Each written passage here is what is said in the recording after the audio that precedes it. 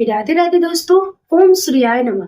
आज हम बात करेंगे कि सूर्य को जल हमें किस दिन देना चाहिए और सूर्य को जल हमें किस प्रकार से देना चाहिए। क्या हम प्रतिदिन सूर्य को जल दे सकते हैं? अगर हम प्रतिदिन सूर्य को जल देते हैं तो हमें किन नियम विधि के अनुसार जो है सूर्य को जल देना चाहिए। बहुत सारे बहन ये पूछती है कि क्या नहाने का तुरंत बाद जो हम पहले सूर्य को जल दें या हम पहले पूजा पाठ कर लें। जैसे और देवी देवता की पूजा पाठ करते हैं, इष्ट देवी देवता की अपने घर में प्रतिदिन पूजा करते हैं। तो बहुत सारे बहन ये पूछती है, कंफ्यूज रहती है कि स्नान करने के तुरंत बाद हमें सूर्य को जल देना चाहिए या तुलसी को जल पहले देना चाहिए या हमें घर में पूजा पाठ कर लेने के बाद सूर्य को जल देना चाहिए। ठीक है। और दूसरा प्रश्न ये रहता है, बहुत सारे बहन ये भी पूछती है कि क्या हम प्रेग्नेंट है, गर्भवती है, तो क्या हमें गर्भवती होने के बाद सूर्य को जल देना चाहिए? क्या हमें पूजा पाठ नियमित तौर पे करना चाहिए? और उसके बाद तीसरा प्रश्न ये है कि देखिए कौन से सूर्य को हमें जल देना चाहिए। क्या जो सूर्य लालिमा दिखाई देते हैं वो सूर्य को हमें जल देना चाहिए या सूर्य जो पूरे प्रकाश बिखेर देते हैं, पूरा प्रकाश फैल जाता है, उस सूर्य को हमें जल देना चाहिए। या जो सूर्य अगर किसी वजह से ना दिखाई दे, जैसे 4 बजे अगर सूर्य नहीं दिखाई देते हैं तो क्या उस समय ब्रह्मा मुहूर्त में हम सूर्य को जल दे या ना दे। ठीक है। अगर हम बिना सूर्य को देखे हुए जल दे कि नहीं दे। ये सारे प्रश्न जो है बहुत सारे बहन जो है पूछती है कि क्या हमें करना चाहिए या नहीं करना चाहिए। तो आज की इस वीडियो में आज हम यही बात करेंगे। आप सभी को यही क्लियर बातें आज हम बताएंगे। ठीक है। तो आप सब बने रहिए मेरे साथ मेरे चैनल पे। अगर मेरा वीडियो आपको पसंद आता है तो प्लीज मेरे वीडियो को लाइक कर दीजिएगा और चैनल पे नए हैं तो चैनल को सब्सक्राइब करके साथ ही बेल आइकन को भी प्रेस कर दीजिएगा, ताकि जब भी मैं इस तरह की वीडियो अपलोड करूं वास्तु टिप्स तो सबसे पहले आपके पास पहुंचे। और मेरे चैनल का नाम है एक बिहारन की वास्तु टिप्स, तो इसको सब्सक्राइब कर लीजिएगा ताकि जब भी कोई भी वीडियो अपलोड करूं तो इसकी इन्फॉर्मेशन जो है सबसे पहले आपके पास पहुंचे। ठीक है। तो चलिए जानते हैं सबसे पहले कि देखिए सूर्य को जल देने का सही नियम और सही विधि क्या है, हमें किस प्रकार से सूर्य को जल देना चाहिए। ठीक है। तो सबसे पहला नियम यही है और हम यही जानते हैं। तो देखिए सूर्य को जल हमें देना चाहिए, हमें प्रतिदिन सूर्य को जल देना चाहिए। अगर हम स्नान कर रहे हैं तो स्नान करने के बाद हमें सूर्य को तुरंत जल देना चाहिए। अगर स्नान करके बहुत सारे लोग ऐसे हैं जो स्नान करके पहले सिंदूर लगा लेते हैं, अपने मांग में सिंदूर भर के ही कोई भी पूजा पाठ करते हैं सूर्य को जल देते हैं। हम लोग भी है। देखिए दोस्तों, जहाँ का जैसा नियम है, जैसी परंपरा है, वैसे अपने परंपरा के अनुसार ही चलना चाहिए। हम अपना बात बता रहे हैं। हमारे यहाँ जो होती है, नहाने के तुरंत बाद सिंदूर को अपने मांग में भर के ही कोई भी पूजा पाठ जो करते हैं वो करते हैं या सूर्य को जल देते हैं। सूर्य को जल देने से पहले अपने मांग में सिंदूर को जरूर भरते हैं, तभी हम सूर्य को जल देते हैं। क्योंकि हमारे यहाँ माना जाता है कि सुहागिन स्त्रियां जो होती है उन्हें सिंदूर लगा कर ही पूजा करना चाहिए, सूर्य को जल देना चाहिए।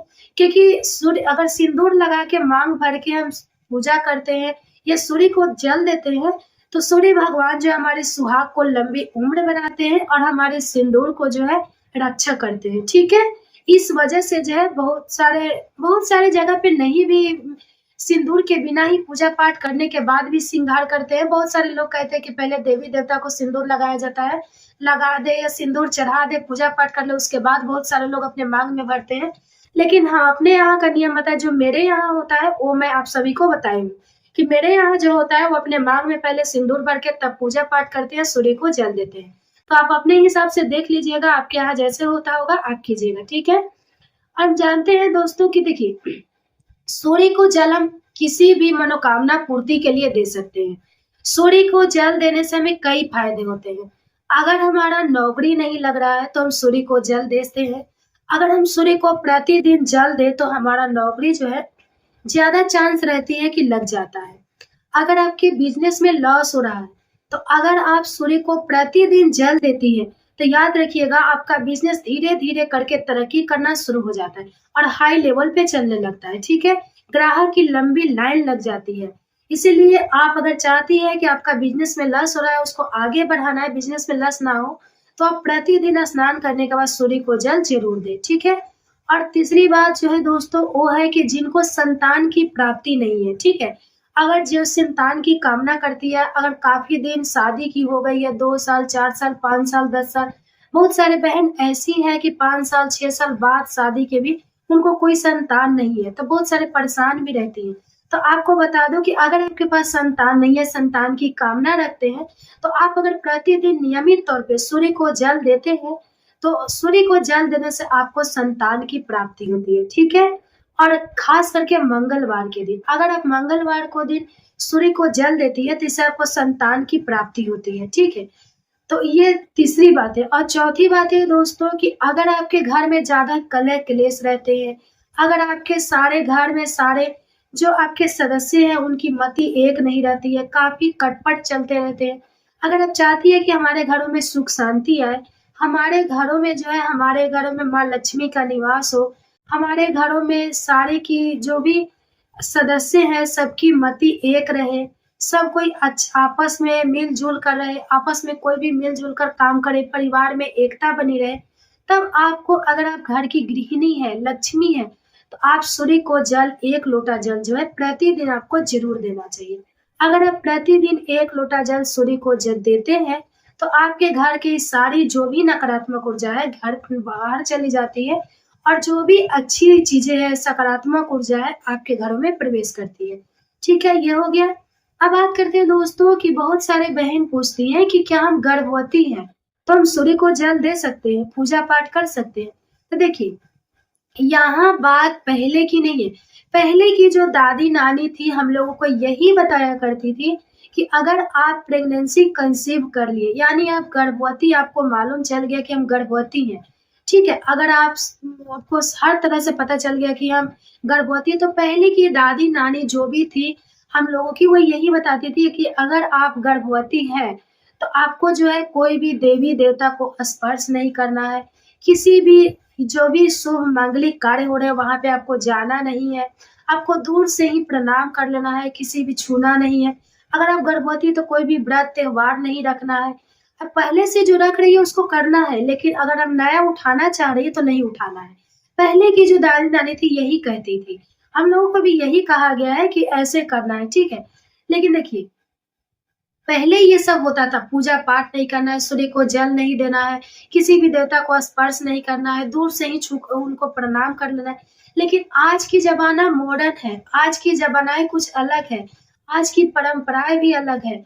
आपने तो प्रेमानंद का जो भी आपने उनका वार्तालाप होता है, प्रेमानंद का जो भी वचन होता है वो बोलते हैं, वो आपने सुना होगा ना, वो तो यही बोलते हैं जो महान प्रेमानंद है वो यही बताते हैं, यही सीख देते हैं कि जिस समय से आपको पता चले कि मैं गर्भवती हो गई हूँ, मेरे पेट में नन्हा जीव पलने लगा है, तो आपको उसी समय से ब्रह्मचर्य का पालन करना चाहिए। पहला आपको ब्रह्मचर्य करना चाहिए, कभी भी सहवास नहीं करना चाहिए। और दूसरा नियम जो जितना हो सके आपको भक्ति में लीन रहना चाहिए, भगवान के नामों का जाप करना चाहिए, जितना हो सके भगवान के जल भी देना चाहिए, सूर्य भगवान को जल देना चाहिए, उनकी परिक्रमा करना चाहिए। सारे देवी-देवता को सुबह से लेकर शाम को सोने तक आपको दिन भर भगवान से यही गुहार करना चाहिए कि हे भगवान मेरे अंदर जो भी जीव नन्हा-सा पल रहा है, उसको अपना स्वरूप मानना, उसको उस जब भी धरती पे आए स्वस्थ रखना, उसको अच्छा नया जीवन देना, उसको अच्छी सद्बुद्धि देना और अच्छे से रखना और उसको हर जो रोग है, कष्ट है, उससे बचाना, ठीक है? एक माँ को यही दुआ करना चाहिए। तो प्रेमानंद की बात माना जाए या किसका? तो यहाँ जो भी महान संत होते हैं ये भी यही बताते हैं और प्रेमानंद में भी यही बताया है कि जिस समय से हमें पता लग जाए, उस समय से हमें ये सावधानी बरतनी चाहिए और जितना हो सके भगवान की भक्ति करना चाहिए। तो पहले के लोग कहते थे कि नहीं छूना चाहिए, लेकिन अब ऐसा कुछ नहीं है। आप अगर गर्भवती हैं, अगर आपको पता चल गया तब जितना हो सके भगवान की पूजा-पाठ कर सकते हैं। हाँ, हो सके तो प्रतिमा ना छूइए, ये नहीं है, प्रतिमा नहीं भी छू सकता। अगर आपके घरों में ऐसी परंपरा है कि नहीं छुआ जाता है, तो आप ना नहीं भी छू सकते हैं, कोई दिक्कत नहीं है। लेकिन आप मंदिर भी जा सकते हैं, पूजा-पाठ भी कर सकते हैं, धूप अगरबत्ती भी जला सकते हैं, सूर्य को जल भी दे सकते हैं, भगवान के मंत्रों का जाप भी कर सकते हैं, कोई दिक्कत नहीं है, आप कर सकते हैं, ठीक है? दूसरा हो गया। तीसरा नियम दोस्तों है कि अब हम ये बात करते हैं तीसरा नियम में कि अगर आप चाहती हैं कि हमारा नौकरी लग जाए, हमारा बिजनेस में जो भी लक्ष्य रहा उसको आगे जाए। आप चाहती है कि हमारे घर का कलह क्लेश मिटे। अगर आप चाहती है कि हमारे घरों में जो भी खटपट है वो सही रहे, तो आपको उगते हुए सूर्य को जल देना चाहिए। और उगते हुए जो लालिमा जो होता है ना, कि जो सूर्य आकाश में जो है सिर्फ लालिमा दिखाई देते, उनकी प्रकाश अभी बिखरी हुई नहीं रहती है। उन सूर्य को अगर आप जल देते हैं स्नान करके, तो ऐसा माना जाता है कि उस सूर्य को जल देते हैं, जो भी आप मनोकामना जो है उन सूर्य से कहते हैं, तो आपकी मनोकामना जल्दी ही पूर्ति हो जाती है। ठीक है। और उसके बाद जानते हैं दोस्तों कि अगर आप संतान की कामना रखती हैं, तो कौन से सूर्य को जल देना चाहिए। तो अगर आप संतान की कामना रखती हैं, तो आपको वही लालिमा वाले सूर्य को जो है जल देना चाहिए। उस लालिमा वाले सूर्य को जल देने के लिए आपको सबसे पहले ब्रह्मा मुहूर्त में उठकर स्नान करना है। और स्नान के बाद जो है आप अच्छे स्वच्छ जो भी कपड़ा है, साफ सुथरा कपड़ा आपको पहन लेना है। पहनने के बाद आप अपने मांग में सिंदूर भरना चाहते हैं तो सिंदूर भर लीजिए। अगर आपके यहाँ परंपराएं नहीं, अगर सूर्य को जल देने के बाद पूजा पाठ करने के बाद अगर आप जो है मांग में सिंदूर भरती है तो कोई बात नहीं, आप ना भी भरे। ठीक है। उसके बाद आप एक तांबे के लोटे में या आप चाहे तो पीतल के लोटे में भी जो है जल ले सकते हैं। ठीक है। अगर आपके पास तांबे का लोटा है तो तांबे का ले ले, पीतल का लोटा है तो पीतल का ले ले। ठीक है।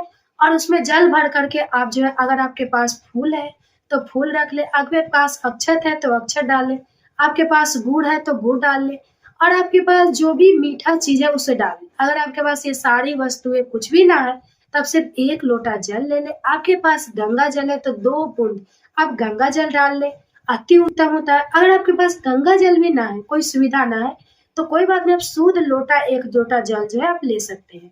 ठीक है। ले करके आपको मंगलवार के दिन आपको उगते हुए सूर्य जो लालिमा दिखाई देते हैं, जो भी प्रकाश नहीं बिखरे रहते, सिर्फ लालिमा ही दिखाई देते, उन सूर्य का आपको जल देना है। और आप जल देंगी तो ये मनोकामना आपको बोलनी है, जो भी आपके अंदर मनोकामना है वो सूर्य भगवान को जल देते समय उन्हें बोलना है। अगर आप ऐसा करेंगी तो संतान की आपको प्राप्ति बहुत जल्दी होगा। अगर आप करती हैं तो ठीक है, नहीं करते तो आप करके देखिएगा। अगर आपके पास संतान ना है तो आप करेंगी तो आपको संतान की प्राप्ति जरूर होगी। ठीक है। अब हम बात करते हैं दोस्तों, ये हो गया संतान प्राप्ति के लिए। नौकरी के लिए बता दी, सारे बता दिए।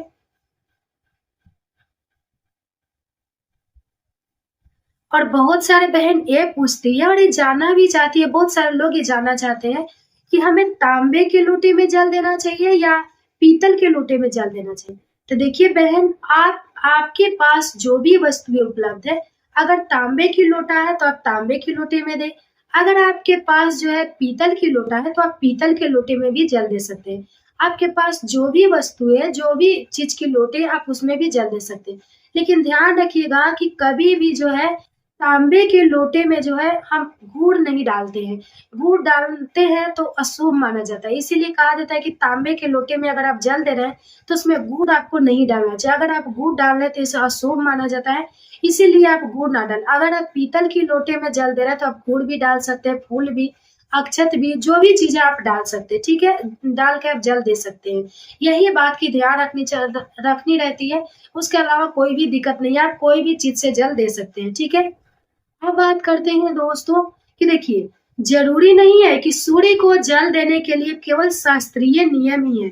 सूर्य को जल देने के लिए जो है वैज्ञानिक महत्व भी है, हमारे सेहत के लिए भी बहुत फायदेमंद होते हैं। कहा जाता है कि वैज्ञानिक तौर पर अगर देखा जाए तो ऐसा माना जाता है कि सूर्य को जल देते समय, अगर हम उगते हुए सूर्य को जल देते हैं और जल देते समय जो भी उनकी धीरे धीरे जो प्रकाश लालिमा उनकी धरती पे आती है, अगर हम सूर्य को जल देते समय कभी भी सूर्य को जल जो अपने सर के बराबर से देना चाहिए। अगर हम सर के बराबर से सूर्य को जल देते हैं और जल की जो धाराएं गिरती है, अगर उस जल की धाराएं से हम सूर्य के प्रकाश को देखते हैं तो हमारी आंखों की रोशनी जो है तेज होती है। हमारी आंखों की रोशनी जो है बहुत तेज होती है।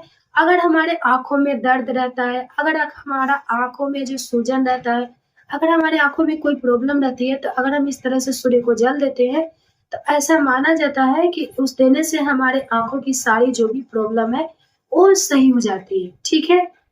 इसी वजह से अगर माना जाए तो वैज्ञानिक तौर पे भी जो है इसका महत्व देखा जाता है। हमारे सेहत के लिए भी बहुत ही फायदेमंद होता है सूर्य को जल देना। ज़रूरी नहीं कि केवल शास्त्रीय नियम है, इसका वैज्ञानिक महत्व भी है। इसीलिए आप सब कोशिश कीजिएगा कि सूर्य को जल दें, और सूर्य की जल देने के लिए कभी भी देखिए ऐसे-वैसे जगह पे सूर्य को जल नहीं देना चाहिए जहाँ पे हम ऐसे चौराहे पर जल दे दें जहाँ पे किसी का पैर पड़ जाए, आते-जाते किसी का पैर लग जाए या कोई वहाँ पे व्यक्ति जाकर गंदा कर दे, ऐसा नहीं है। हमें सूर्य को जल ऐसी जगह पे देना चाहिए जहाँ पे कोई भी व्यक्ति देखे ना, जहाँ पे कोई भी व्यक्ति का आना-जाना ना रहे, किसी का पैर ना पड़े। देखिए, अगर हम ऐसी जगह पे देते हैं जहाँ पे किसी का पैर पड़ता है या कोई लांग दे रहा है, तो देखिए इससे हमको बुरा प्रभाव पड़ेगा। इससे हमारे ज़िंदगी में कई प्रकार की बीमारियाँ आ सकती हैं और हमको जो होगा उससे होगा ही, लेकिन जो व्यक्ति अगर लांग रहा है उसको भी बहुत दिक्कत होगा। इसीलिए आपसे विनती है कि सूर्य को ऐसी-वैसी जगह पर जल नहीं देना चाहिए। कहीं अच्छी जगह पे देना चाहिए जहाँ पे किसी की नज़र ना पड़े, जहाँ पे किसी की पैर ना पड़े या कोई भी घाटा ना हो, ठीक है? यही सब बातें थी, यही सब सावधानियाँ थी जो हमें बरतनी चाहिए थी, और सूर्य को जल देने की यही सारे नियम थे जो आप सभी को भी जानना ज़रूरी था। ठीक है? तो ये वीडियो मेरा यहीं तक का था। उम्मीद करती हूँ कि मेरा वीडियो आपको पसंद आया होगा। अगर मेरा वीडियो आपको पसंद आया होगा तो वीडियो को लाइक कर दीजिएगा। मेरे चैनल का नाम है एक बिहारन की वास्तु टिप्स, मेरे चैनल को सब्सक्राइब कर दीजिएगा और साथ ही बेल आइकन को प्रेस करके कर दीजिएगा ताकि जब भी मैं इस तरह की वीडियो अपलोड करूँ सबसे पहले आपके पास पहुँचे, ठीक है? तो चलिए फिर मिलते हैं अगले वीडियो में, तब तक के लिए बाय बाय, धन्यवाद।